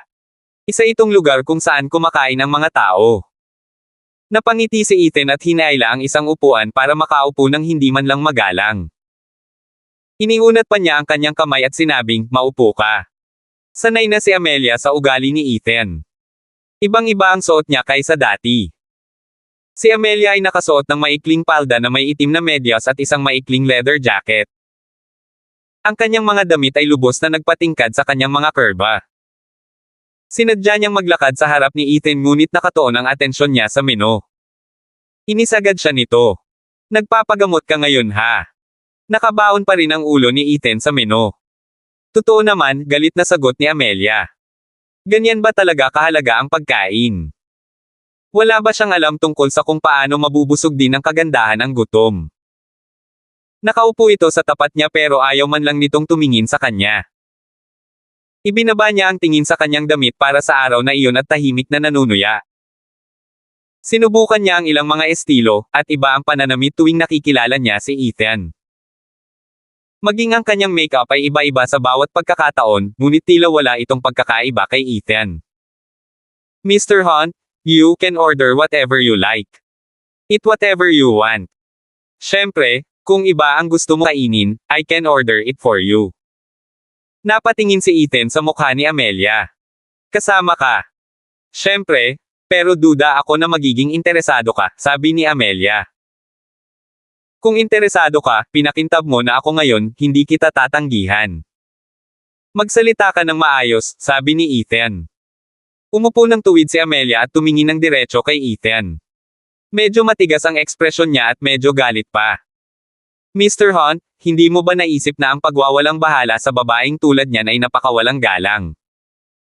Kung pangit ako o napakasama ng pananamit ko, wala akong masasabi. Pero ako, kalimutan mo na. Ngumisi lang siya at binaliktad ang menu. Tumawag siya ng waiter at nag-order ng mga gusto niyang kainin. some of these items, and give him the same. Also, I want 2 bottles of wine, the kind I usually drink. Oo, Miss Amelia. Halatang regular customer siya dito. Napansin ito ni Ethan pagpasok niya. Wala sa private room ang table nila at nasa gitna ng main dining room. May mga ilang table pa nga na hindi masyadong kalayuan sa kanila. Imposibleng hindi makakuha ng private room ang isang tulad ni Amelia. Malinaw na sinadya ng babaeng ito. Agad na inihain ang pagkain. Malinaw na ang mga bisitang VIP ay nakatanggap ng katangi-tanging pagtrato. Nag-concentrate si Ethan sa pagkain at mas lalong nagalit si Amelia nang makita niya ito. Pero may malabong ngiti pa rin sa mukha niya. Pakiramdam niya ay sinadya ito ni Ethan. Sinadya niyang magpanggap na hindi siya nakikita at kunwaring hindi pinansin ang alindog nito. Nakakita na siya ng lalaking ganyan dati.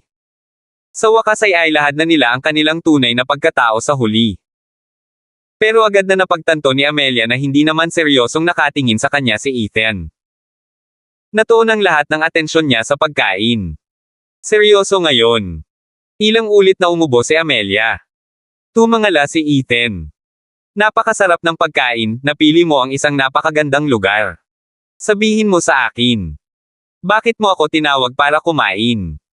13-14. You can talk while I eat, sabi ni Ethan bago ipinagpatuloy ang pagkain niya. Sa huling pagkakataong hinanap ito ni Amelia, nagkaproblema ang buong Chinese Chamber of Commerce. Ngayong naipadala na niya ang pamilya Merlan sa Middle East, marami sa mga negosyo ng pamilya Merlan ang nabili ni Amelia ng mura, kaya ang makikinabang ay si Amelia. Siyempre alam ni Ethan ang tungkol dito. Ngunit wala siyang sinabi tungkol dito. I just want to eat with you. Ano pa ba, ungol ni Amelia. Nakita niyang tumango lang si Ethan at nagpatuloy sa pagkain. Nais niyang mawisik ang isang baso ng red wine sa mukha nito. Kinagat niya ang kanyang mga ngipin at sinubukang tiisin ito. Biglang bumungad sa mga mata ni Amelia ang isang mapanlinlang na tingin habang hinahayaan niyang dumulas ang kanyang high heels sa kanyang mga paa at iniunat ang kanyang mga paa. Ang kanyang malasot lang itim na medyas ay marahang dumampi sa mga binti ni Ethan at marahang hinimas ang kanyang mga binti. Tumingin siya sa kanya at umaasang makakita ng pagbabago sa ekspresyon nito, ngunit wala siyang nakita. Ang taong ito ay may medyo mataas na antas ng pagpipigil sa sarili. Ito ay isang pampublikong lugar. At may mga nakapaligid din sa kanila. Young lady, biglang tumingin si Ethan kay Amelia. Malinis at malinaw ang kanyang mga mata. Please behave yourself. Ang kanyang ekspresyon ay hindi pangkaraniwang mahigpit at hindi siya mukhang nagbibiro o nang aasar. At hindi makita ni Amelia ang pagkakataong umatake. Alam niyang kapag ginawa niya ulit ito, magagalit talaga si Ethan. Katuwaan lang naman. Binawi niya ang kanyang mga paa at mahinahong nguya. You really don't understand how flirting works at all. You know, you're the only guy I've been attracted to in years. Then you don't have to look for me. You should look for a doctor. Ibinaba ni Ethan ang gamit niya. Medyo tapos na siya sa pagkain niya. Okay now, enough of this nonsense. Kung may sasabihin ka, just get to the point. Hindi siya pinansin ni Amelia at binuksan ang bote ng alak para ibuhos. Saglit niya itong pinaikot bago nilagyan ng laman ang sarili niyang baso, saka nilagyan ng laman ang baso ni Ethan. Why the rush? Since you're already out, there's plenty of time for us to spend together. Don't tell me may curfew si CEO Palmer para sa iyo. Kinuha ni Amelia ang baso niya, ikinawit ito kay Ethan at ininom ang buong baso nang walang pakialam kung iinom ba si Ethan o hindi. Parang bad mood siya. O baka naman sinusubukan niyang ilabas ang inis na nararamdaman niya sa inaste ni Ethan kanina. Pagkatapos ay nagsalin si Amelia ng isa pang baso. Masasabi mo na ang pamilya L'Oreal ay nagkakaroon ng panloob na labanan, tama? Uminom siya sabay tingin kay Ethan. Napakahirap para sa akin na labanan silang lahat bilang isang babae, kaya kailangan ko ang iyong tulong. Walang sinabi si Ethan. Kailangan ko ng tulong mo.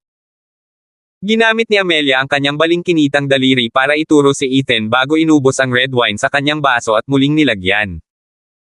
Ethan, hindi mo ba ako matutulungan? Maaari kong bigyan ang Palmer Group ng maraming international business channels at tulungan ang Palmer Group na magkaroon ng foothold sa labas ng China. Hindi ba iyon ang gusto mo? I did set up you on purpose with the Chinese Chamber of Commerce, pero hindi naman kayo nagagalit dahil sa resources na meron si L'Oreal, right? I can give them now, so hindi ba tayo pwedeng magtulungan? Hindi pa rin umimik si Ethan. Nagpatuloy si Amelia sa pagbuhos ng alak sa sarili at parang naiinis na siya ngayon. Babae si Dayan at masyado kang nagmamalasakit sa kanya. Babae din ako, kaya bakit hindi ka rin magpakita ng pag-aalala sa akin? Kahit 1% lang ng pag-aalaga mo kay Dayan ay gagana. Nakita niyang wala pa ring reaksyon si Ethan kaya tinuloy niya ang pag-ubos ng buong bote ng red wine. Nagsisimula ng mamula ang mukha niya ngayon. Nagsimula na rin siyang maglabas ng malabong amoy ng alak. Forget it. Kung hindi ako lasing wala ka ng chance. I'll be the guarantee, right?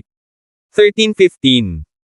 Ipinagpatuloy ni Amelia ang pakipag-usap at pag-inom at hindi pinansin ang mga pagtatangka ni Ethan na pigilan siya. Sa isang kisap mata, naubos niya ang 2 bote ng red wine. Pulang-pula na ngayon ang maliit na mukha. Nagmamadali siyang nalasing at lasing na lasing. Seryoso niyang nilasing ang sarili. Tila lalong lumalayo ang tingin ni Amelia. Tumingin siya kay Ethan pero hindi siya makapag-focus sa kanya. Sinasabi ko sa iyo, napahajejek siya habang umiikot ang ulo niya sa magkatabi. Maraming tao sa lungsod na ito ang naghihintay na patayin ako. Kung lasing ako at iniwan mo ako dito, ito ay katulad ng pagpatay sa akin. Pagkatapos ay bumagsak siya sa mesa dahil sa sobrang kalasinggan. Nakatingin lang sa kanya si Ethan na gulat na gulat. Seryoso. Desidido ang babaeng ito na makuha siya. Hi. Ilang beses siyang tinawagan ni Ethan pero hindi niya sinasagot. Nalasing lang siya sa public place na ganyan. Isa rin itong high-class na restaurant. Itong si Amelia ay hindi talaga pinapansin ang sariling imahe. Hinayaan na lang niyang malasing sa harap ng maraming tao. Lumingalinga si Ethan sa paligid at nakitang marami na ang mga mata sa kanilang dalawa. Baliw ka talaga.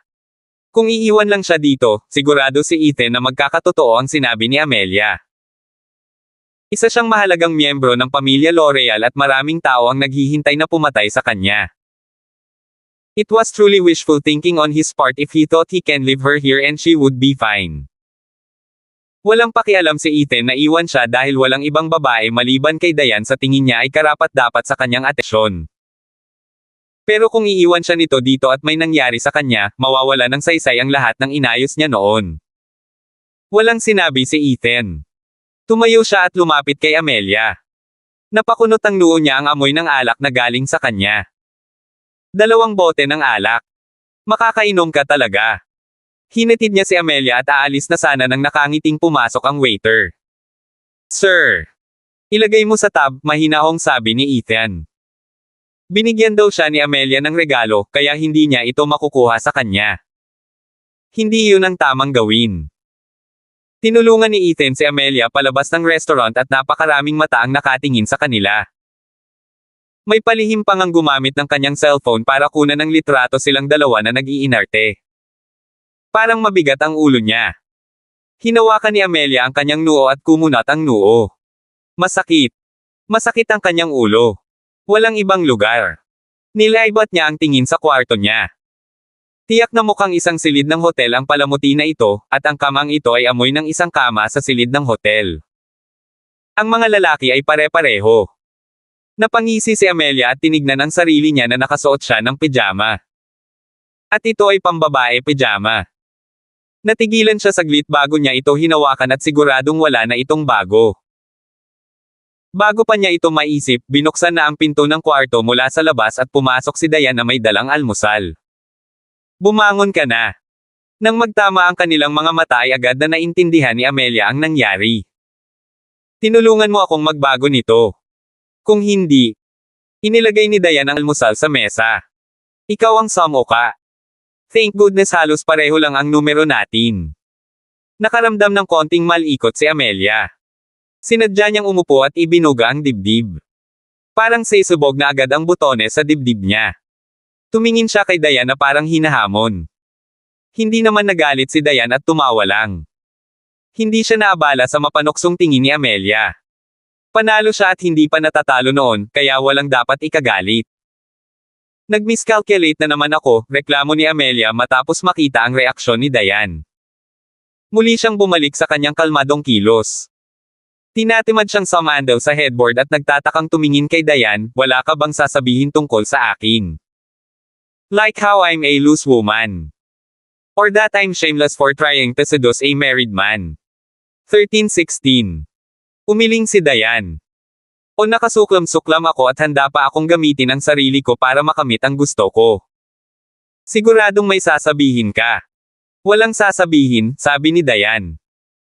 Bawat isa sa atin ay pipili ng sarili nating landas, bagamat hindi mo makukuha ang gusto mo kahit anong gawin mo. Tumingin siya kay Amelia at nagsalita ng napakatahimik, ngunit ang kanyang mga salita ay puno ng napakataas na antas ng kumpiyansa. Napatingin si Amelia kay Dayan at hindi makapaniwala. Ayon sa kanyang impormasyon, ito ay isang simple, mabait at medyo tanga na babae, ngunit maaari pa rin niyang magpakita ng ganoong ekspresyon. Pero tama ka. Hindi normal na tao si Ethan. Sinong normal na tao ang makakalaban niyan? She literally threw herself at him pero hindi man lang siya ginalaw nito. Galit na galit siya. Hindi siya nagalit dahil hindi niya nakuha ang gusto niya o hindi nagtagumpay sa kanyang mga plano. Ang katotohanan ganap na tumanggi si Ethan na tuksuhin siya ay labis na nagalit sa kanya. Hinailan ni Amelia ang kumot sa tabi at bumangon sa kama upang makita ang mga simpleng dough stick at tinapay para sa almusal. Anong paraan ang ginamit mo? Tanong niya habang nakaupo sa almusal nang hindi lumilingon. Gusto ko talagang malaman kung paano mo nagawang hawakan ng mahigpit ang isang tulad ni Ethan. Sa pagkakaalam niya, ang lalaking tulad ni Ethan ay hindi madaling kontrolin ng isang babaeng tulad ni Dayan. Ewan ko, tumawa lang si Dayan. Hindi ko naisip na pigilan siya. Lagi ko lang naisip kung paano ko siya matutulungang lumipad pa. Natigilan si Amelia. Ang tinapay na kakalagay lang niya sa bibig niya ay biglang hindi na masyadong masarap. Tumalikod siya at napalunok ng isang subo ng pagkain. Puno ng pagtataka ang mga mata niya dahil nabigla siya sa sinabi ni Dayan. Walang sinabi si Amelia. Tumalikod na siya at bumalik sa pagkain ng almusal niya. Ilang sandali pa ay natapos na niya ang kanyang almusal at binuksan ang pinto. Bumalik ang isang chambermaid dala ang kanyang bagong labahan na damit. Hindi umimik si Amelia at kinuha na lang ang damit niya at sinara ang pinto. Nagpalit siya ng damit sa harap mismo ni Dayan, nilagay ang kanyang pijama sa kama at saka lumabas ng kwarto. Hindi pa siya nakaramdam ng kabiguan ng ganito. Mula noong siya ay maliit, siya ay palaging nasa itaas ng mga bagay. Sinusuportahan siya ng pamilyang L'Oreal, kaya nasa kanya ang lahat mula sa katayuan hanggang sa kapangyarihan. Wala siyang gusto at hindi makukuha. Totoong gusto niya si Ethan para sa ibang layunin at sa sarili niyang mga plano, ngunit ang mga salitang iyon mula kay Dayan ay ganap na nawasak ang pinakamayabang na bagay sa kaibuturan ng kanyang puso. Pagod na pagod ang puso ko, sabi ni Amelia sa sarili. Naglakad siya papunta sa pinto, saka tumalikod at kumatok sa pinto. Itinulak niya ito para makita si Dayan na nagtitiklop ng damit at sinabing, Amelia L'Oreal ang pangalan ko, sa tingin ko tama lang na magpakilala ako ng maayos. Marami tayong pagkakataong magkita sa hinaharap. Pagkatapos ay isinara ni Amelia ang pinto at umalis nang hindi lumilingon. Tumayo si Dayan at ngumiti lang ng walang sinasabi. Alam niyang walang pakialam si Amelia sa kanya kahit mabilis na umunlad ang Palmer Group. Kung tutuusin, maliit pa rin ang kumpanya kumpara sa L'Oreal Empire. Natural lang kay Amelia na mababa ang tingin sa kanya at maramdamang ibang level siya sa kanya. Pero ngayon, inamin na rin ito ni Amelia. Samantala, may dalawang lalaki sa labas ng opisina sa ibang bansa ng Palmer Group. Hindi maganda ang mga ekspresyon nila at halatang galit na galit sila. Mukhang sisubog na sila anumang oras sa lalong madaling panahon. Kailan papasok ang CEO mong si Palmer? Kailangan natin siyang kausapin tungkol sa bagay na ito. Parehong hindi nasisiyahan sina Roger at Arden. We are all businessmen, kaya huwag mo kaming pilitin. Kung maglalaban tayo hanggang mamatay ang isda at masira ang lambat, walang silbi para sa ating dalawa. 13:17. Nakaupo ang dalawang lalaki sa opisina habang ang isang paa ay nakapatong sa tuhod ng isa. Mukhang hindi sila nandito para makipag-ayos. Sa halip, sila ay nagmukhang mayabang na para silang higit sa iba. Napatingin si Ashley sa kanilang dalawa at bahagyang kumunat ang noo. Sir, please mind your manners. This is the Palmer Group and not your home. Sa mahabang panahon na nagtrabaho para kina Diane at Ethan, may katulad din siyang aura sa kanila. Sa harap ni na Ethan at Diane, nanatili siyang mabuting sekretarya at hindi kailanman lumampas sa linya. Pero kung may manggahas manggulo sa Palmer Group, wala siyang pakialam kung big shot ka man o Diyos na nagmula sa langit, papagalitin ka pa rin niya. Noong bago pa lang siya, itinayan niya pa rin ang kanyang buhay para protektahan si Diane. Ang pagprotekta sa Palmer Group ay naging kanyang karangalan at responsibilidad. Sino ka? How dare you talk to the two of us like that? Alam mo ba kung sino kami? I don't know. Walang pidgel na sagot ni Ashley. Tinatanggap ng Palmer Group ang mga tao mula sa lahat ng dako, ngunit hindi namin tinatanggap ang sinumang bastos, walang kultura o masamang ugali. Anong problema? Nagalit si Arden at hinampas ang mesa na parang majay gising. Hindi naman natatakot si Ashley sa kanya. If you're here to discuss business, then be patient and wait. If you want to make trouble, go ahead, mahinahong sabi niya. Nag-e-enjoy nga ang Kuya Geoff natin kapag may nagtangkang manggulo. Gaya ng sinabi niya, pumasok si Kuya Geoff kasama ang dalawa pang tao. Walang ekspresyon ang tingin niya kina Roger at Arden. May nagtatangkang manggulo. Kuya Geoff, gusto nilang labanan ito sa Palmer Group hanggang sa mamatay tayong lahat, mahinahong sabi ni Ashley.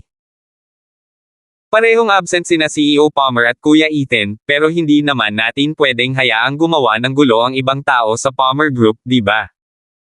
Naglakad si Kuya Geoff para tumayo sa harap ni na Roger at Arden. Bago sila makatayo, inabot ni Kuya Geoff ang dalawang kamay para idiin ang kanilang mga balikat. Mga Ginoo, pareho kayong taga Chinese Chamber of Commerce, tama ba? Sino ka? Napakunot noo si Roger at sinubukang tumayo, nalaman ko lang na idiniin ni Kuya Geoff ang mga balikat niya kaya hindi siya makagalaw, parang may mga bundok sa balikat niya. Nagkaroon din ng mamamatay tao na aura na agad na napuno ng hangin. Itong nakamamatay na hangin ay ikinulong silang dalawa. Mayroon akong malaking alitan sa Chinese Chamber of Commerce, tahimik na sabi ni Brother Geoff. Ang pamilyang Moore, ang Monarch sect, ang pamilyang Merlin. Ang kanilang pagkawasak ay lahat ay may kinalaman sa akin. Parehong kinilig sina Roger at Arden nang marinig ang mga salitang ito. Akala nila mali ang narinig nila. The Moore family. Napalunok si Arden. Sabi mo. Ang pamilya Moore. Sabi ko ang pamilya Moore, ang Monarch sect at ang pamilya Merlin. Makinig ka, ako ang gumawa ng lahat ng ito. Hindi mo kailangang maging masyadong mainipin, malapit na ang turn mo. Napakahinang nagsalita ni Kuya Geoff ngunit napuno ito ng matinding pamatay na tono. Agad na nakaramdam ng lamig sina Roger at Arden. Ikaw. Gustong ipihit ni Arden ang kanyang ulo ngunit pinigilan siya ni Kuya Geoff at hindi niya hinayaang umikot ang kanyang ulo. Gusto mong lumaban hanggang dulo sa Palmer Group. Sinasabi ko sa iyo ngayon ang isda ay mamamatay, ngunit ang lambat ay hindi masisira. If you two are here to beg for mercy, then you might stand a chance, like the Merlin family. Pero kung ganito ang ugali mo, hindi mo kami masisisi sa pagiging masama. Tinapik ni Brother Geoff ang kanilang mga balikat at mahinahong sinabi, pagkatapos masipsip ng napakaraming pera mula sa mga mangangalakal na Chino, sa palagay mo ba ay magtatagpo kayong dalawa ng magandang wakas? Umuwi na kayo at maghanda para sa inyong huling mga seremonya sa lupa. Saka siya tumalikod at umalis. Hindi sigurado sina Roger at Arden kung paano sila makakaalis sa Palmer Group. Pakiramdam nila ay iniwan na sila ng kanilang mga kaluluwa at hindi na sila makapag-isip pa. Talagang sinabihan sila ng kapatid ni Geoff na maghanda para sa kanilang libing. Pagkarating ni Roger sa bahay, hindi pa bumalik ang kanyang kaluluwa. Hindi niya maintindihan kung saan nagkamali ang lahat. Ngunit pagkatapos niyang isipin muli ang sinabi ni Brother Geoff, bigla niyang napagtanto kung bakit dinala ni Jasper ang kanyang anak na lumuhad sa pasukan ng Palmer Group, at kung bakit bigla siyang pumayag na tuluyang umalis sa Chinese Chamber of Commerce at ibenta pa ang lahat ng kanyang mga asset sa mababang presyo. Ang lahat ay dahil, hindi niya kayang saktan ang Palmer Group. 1318. Marahas na nanginig ang katawan ni Roger. Sino pa sa Las Vegas ang maaaring tumayo sa Palmer Group ngayon? Natakot siya. Natatakot na talaga siya ngayon. Hindi na siya nagdalawang isip pang kinuha niya ang phone niya para tawagan. Sa wakas ay natapos na ang tawag pagkaraan ng ilang sandali. Roger here. Last time you mentioned na gusto mong maging part ng Chinese Chamber of Commerce. Ano? Ayaw mo na. Bakit? Nagsimulang magpanik ang puso ni Roger ngunit pinilit niyang manatiling kalmado. Umalis na ang pamilya Merlin at may magandang pagkakataon ngayon, kaya bakit? Paano gumuho ang Chinese Chamber of Commerce? Imposible. Saan mo narinig ang chismis na ito? Ikaw. Hello. Hello. Nagpatuloy siya sa paggawa ng ilan pang mga tawag sa telepono. Lahat sila ay mga taong nagpakita ng interes na magkaroon ng bahagi sa Chinese Chamber of Commerce noon, ngunit ngayon wala na sa kanila ang gustong sumali. Ilan pa nga sa kanila ang nagsabi na malapit nang bumagsak ang Chinese Chamber of Commerce. Saan nila nakuha ang ganitong balita? Maging ang pamilya L'Oreal ay ibinaba ang telepono nang marinig nilang binanggit niya ang Chinese Chamber of Commerce. Nasa bingit na ngayon ang kawalan ng pag-asa si Roger. Masyadong mabilis ang lahat at gulat na gulat pa rin siya. Maghanda para sa aking huling seremonya. Napalunok si Roger at bahagyang namutla ang mukha habang nakaupo sa bulwagan at hindi gumagalaw ng matagal. Ang bawat Chinese na mangangalakal sa Las Vegas ay nagwakas ng kanilang kontrata sa Chinese Chamber of Commerce. Matapos ang pagkatalo ng pamilya Merlin, makikita ng lahat na ito na ang dulo ng daan para sa Chinese Chamber of Commerce. Hanggat nandito ang Palmer Group at ang mga salita ni Ethan, hindi na nila kailangan ang suporta ng Chinese Chamber of Commerce. Kailangan lang nilang ipahayag na sila ay mga mangangalakal na Chino, at walang sinuman sa Las Vegas ang maglalakas loob na ay bully sila. Sa isang gabi lang, ang mga pamilyang Kin at Weaver ay nawala. Ang lahat ay nangyari ng napakabilis at walang iniwan na bakas. Ngunit alam ng lahat na ang Chinese Chamber of Commerce ay nawala para sa kabutihan. Balik sa hotel. Nagsimula ng mag-impake si Diane ng mga gamit niya. Ang opisina sa ibang bansa ay matagumpay na naitatag at ang mga patakaran at regulasyon na kailangan ni Diane para mapatakbo ito ng maayos ay naitatag. Dahil si Harold ang namamahala rito, wala siyang dapat ipag-alala. Itinatag niya ang Las Vegas bilang sentro ng lahat at pinalawak ang iba't ibang negosyo sa ilalim ng Palmer Group sa lahat ng direksyon mula rito. Umupo si Ethan sa sala. Nagbigay kami ng mga tagubilin. Si Brother Geoff at ang iba pa ay namasyal sa 13 distrito. Sumama sa kanila si Kent at pinagmasdan ang lahat ng mga amo na mukhang masunurin at masunurin sa kanila. Hindi pa siya nakakaramdam ng ganito kaluwalhati. Mr. Hunt, huwag kang mag-alala. Hanggat naririto ako, ang mga taong iyon ay mag-aasal at hindi na magtatangka pang gumawa ng anumang bagay na nakakatawa sa mga mangangalakal na Chino. Napatingin si Kent kay Ethan na medyo excited. Mr. Hunt, kailan ka ulit pupunta sa Las Vegas? Kung hindi na kailangan, hindi na ako babalik dito. Huwag mo na akong guluhin, mahinahong sagot ni Ethan. Ang opisina sa ibang bansa ay handa na ngayon. Ang Las Vegas ay magiging isa sa nilang punong tanggapan. First base pa lang ito. Ang Palmer Group ay may maraming puwang upang lumago sa hinaharap. Hindi lang sila mananatili sa Las Vegas o sa North America lang. Gusto ni Ethan na palawakin sa buong mundo para masakop ang buong mundo. Dahil ang Extreme Fist Technique Manual ay maaaring nasaan man, kung gayon hindi niya bibitawan ang anumang posibilidad. Ano man ang mangyari, kailangan niyang hanapin ang mga pahinang iyon bago ang kanyang kamahalan. Lumingon si Ethan at nakitang halos tapos na si Diane sa pag-iimpake, kaya naglakad siya papunta kay Kent. Maraming Chinese merchant ang naghahanda na magbukas ng kanilang mga opisina sa 8th District, kaya't lilikha ito ng maraming trabaho. Iyan ay isang pagkakataon para sa iyo na magtrabaho ng husto at baguhin ang kasalukuyang sitwasyon sa lugar na ito. Huminga ng malalim si Kent at tumango ng napakaseryoso. Salamat, Mr. Hunt. Sa ngalan ng lahat ng mga batang nakatira sa mga slums, salamat, Mr. Hunt. 13:19. Hindi na nagsalita pa si Ethan at tinapik lang ang balikat ni Kent. May mga bagay na hindi niya kailangang personal na kumpletuhin at hindi rin niya obligado, ngunit ginawa ni Kent. Sa lugar na ito, walang pananagutan si Ethan sa pag-aalaga sa mga taong ito. Kailangan lang niyang alagaan ang mga mangangalakal na Tsino, na kanyang mga kababayan. Ngayong matagumpay na naitatag ang sangay sa ibang bansa ng Palmer Group, natapos na ang gawain dito.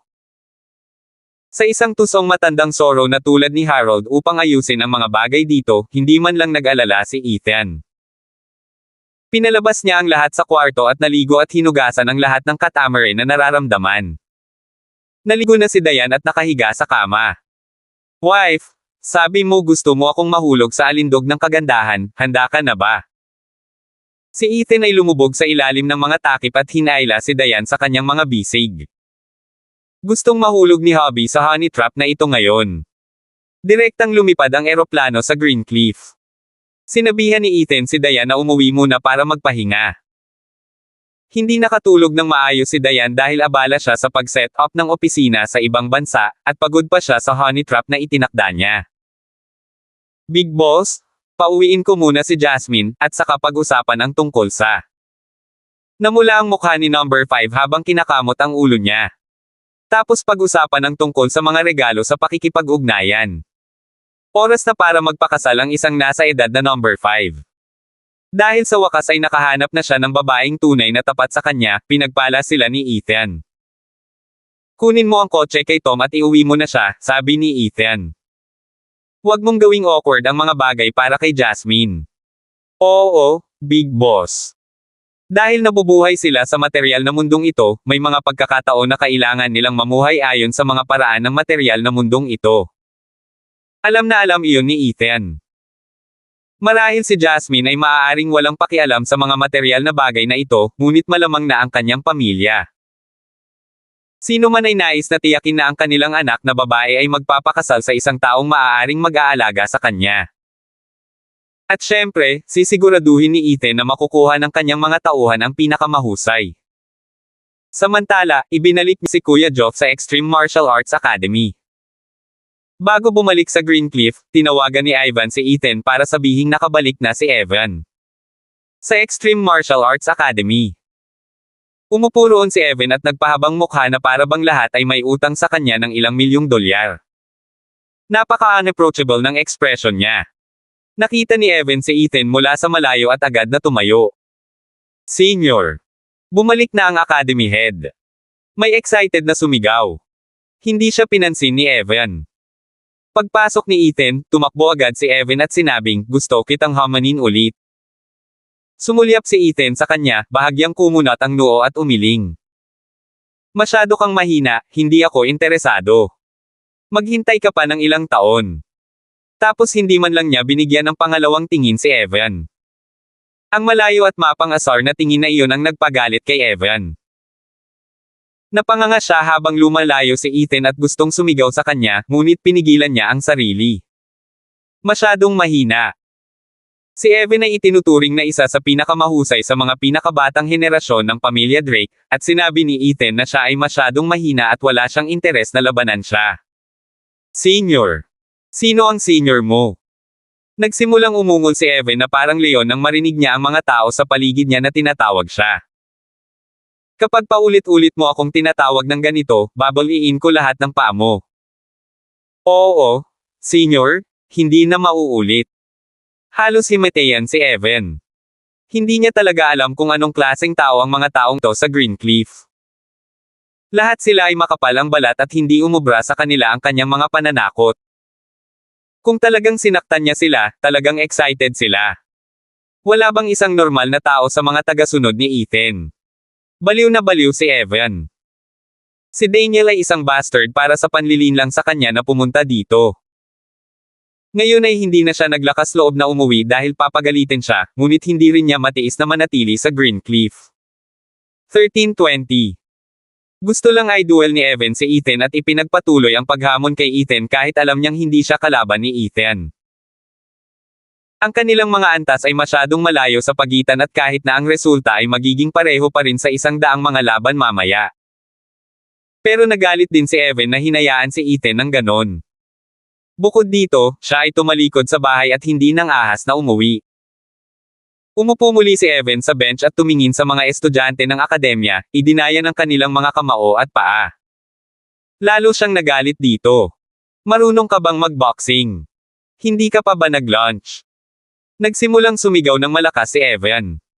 Dapat tuwid, mabangis at mabilis ang mga suntok mo. Sumigaw siya at sumigaw na lalong nagpagalit.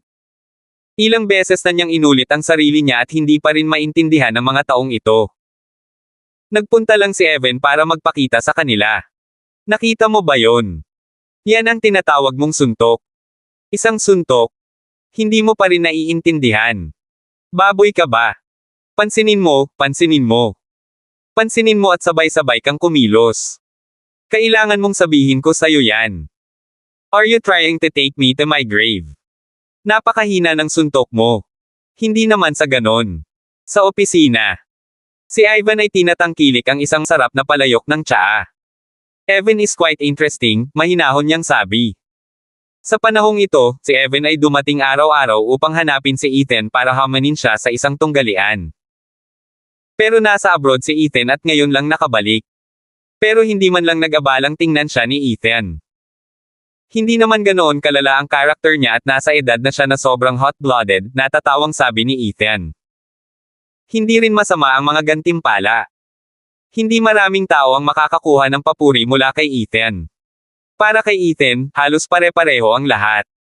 Ngunit ang mga gantimpala ay isang bagay na mahirap makuha. Walang alinlangan na si Evan ay napakatalino, ngunit siya ay masyadong naiinip. Hindi rin niya alam kung saan nanggaling ang ganong skilled fighter na si Evan. Halatang martial arts lang ang itinuro sa kanya ng pamilya niya pero hindi niya itinuro ang lahat ng etiquette at ugali na kasama ng pag-aaral ng martial arts. Parang may napakalakas na sandata ngunit walang kontrol dito. Sasaktan lang nito ang sarili mo. Hayaan mo siya. Kung may sinubukan siyang nakakatawa, patayin mo na lang siya, walang pakialam na sabi ni Ethan. Sinulyapan niya si Ivan at ayaw na niyang pag-usapan pa si Evan. May mga bagong development sa martial arts circle. Mas naging interesado siya dito. Ayaw sabihin ni Evan kung saan siya nanggaling at si Ethan at ang iba ay nahuhula lang pero si Ethan ay hindi mahilig manghula. Ngunit patuloy na binabantayan ni Ivan ang bilog ng martial arts. May paggalaw. Ibinaba ni Ivan ang kanyang tasa. Maraming mga tao na nawala sa loob ng mahabang panahon ang lahat ay nagsisimulang maging aktibo muli. Pinaikit ni Ethan ang kanyang mga mata. Naisip niya na ang kanyang kamahalan ay tiyak na may iniisip muli. Ang kanyang kamahalan ay malubhang nasugatan sa kanyang suntok at kakailanganin ng ilang oras upang makabawi. Ngunit dahil lang sa hindi niya magawa ang isang bagay ay hindi nangangahulugang hindi niya kukunin ang iba na gumawa ng mga bagay para sa kanya. Gusto ng lahat ang Extreme Fist Technique Manual. Isa na rito ang kanyang Royal Highness, at gusto rin ito ng pamilya sa likod niya. Walang nakakaalam kung kailan biglang lalabas ang isa pang page, kaya wala silang choice kundi maging handa sa lahat ng oras. Sinadya mong pinangalanan ang lugar na ito na Extreme Martial Arts Academy para maakit sila dito, tama ba? Tumingin si Ivan kay Ethan at huminga ng malalim.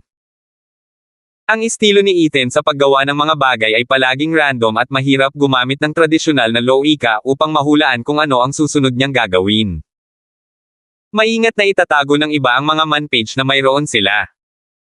Hindi alintana kung ito ay si Duncan o Dalton, lahat sila ay nagsagawa ng pamamaraang ito ng palihim at tinitiyak na walang makakaalam. Ngunit si Ethan. Tila natatakot siya na baka hindi malaman ng iba na nasa kanya ang manual na ito, at mayroon siyang 3 pahina. Nakakakuha siya ng pansin. Masyado siyang namumukod-tangi. Hindi ba natatakot na may dumating na magnakaw sa kanya? Sa totoo lang, hindi talaga natakot si Ethan. Mas nag-aalala siya na ang mga taong lihim nagnanasa sa mga pahinang ito ay hindi maglakas loob na lumabas at agawin ang mga ito mula sa kanyang ngunit na natiling nakatago sa dilim. Iyon ang ayaw niya. Kung lumabas sila at magpakita ng kanilang sarili, kung gayon madali silang makitungo. Papauwiin niya sila sa isang suntok. May makahulugang tingin sa kanyang mga mata si Ivan. Kung talagang darating ang mga taong iyon, natatakot ako na baka hindi ko sila mapigil ng mag-isa. Salamat po at sinamahan nyo ako dito. God bless po sa lahat mga idol.